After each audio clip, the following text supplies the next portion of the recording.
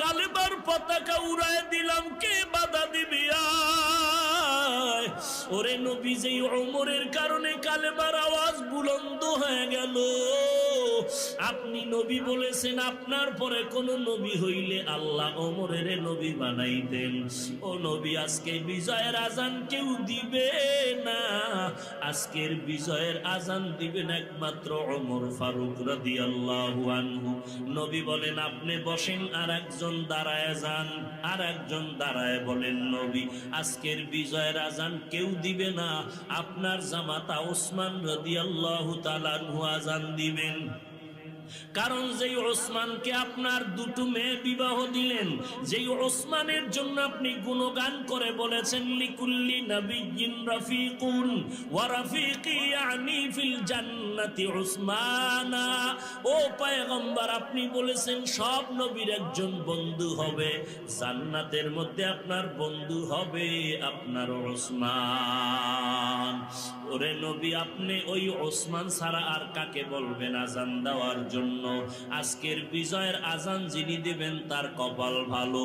ও নবী, কেউ না আজান দিবে আজকের ওসমান। নবী বলেন আপনিও বসেন। আর একজন দাঁড়ায় গেল, দাঁড়ায় বলেন নবী আজ বিজয়ের আজান দিবে হযরতে আলী, আর কেউ দিবে না। কারণ আপনি বলেছেন আনা দারুল হিকমাহ ওয়া আলিয়্যুন বাবুহা, আপনি বলেছেন আপনি হিকমতের ঘর, আর হযরত আলী হলো হিকমতের ঘরের দরওয়াজা। ওরে পয়গম্বর, হিজরতের সময় আপনি আলীকে বিছানায় রাখিয়া মদিনায় চলে গেছেন, মদিনার থেকে আপনি হযরত আলীকে যুদ্ধের সেনাপতি বানাইয়া পাঠাইতেন, আবার আপনি কোথাও গেলে হযরত আলীকে মদিনার দায়িত্ব দিয়া যাইতেন। আজকের বিজয়ের আজান হযরত আলী দেবে, আর কেউ না। নবী বললেন আপনিও বসেন।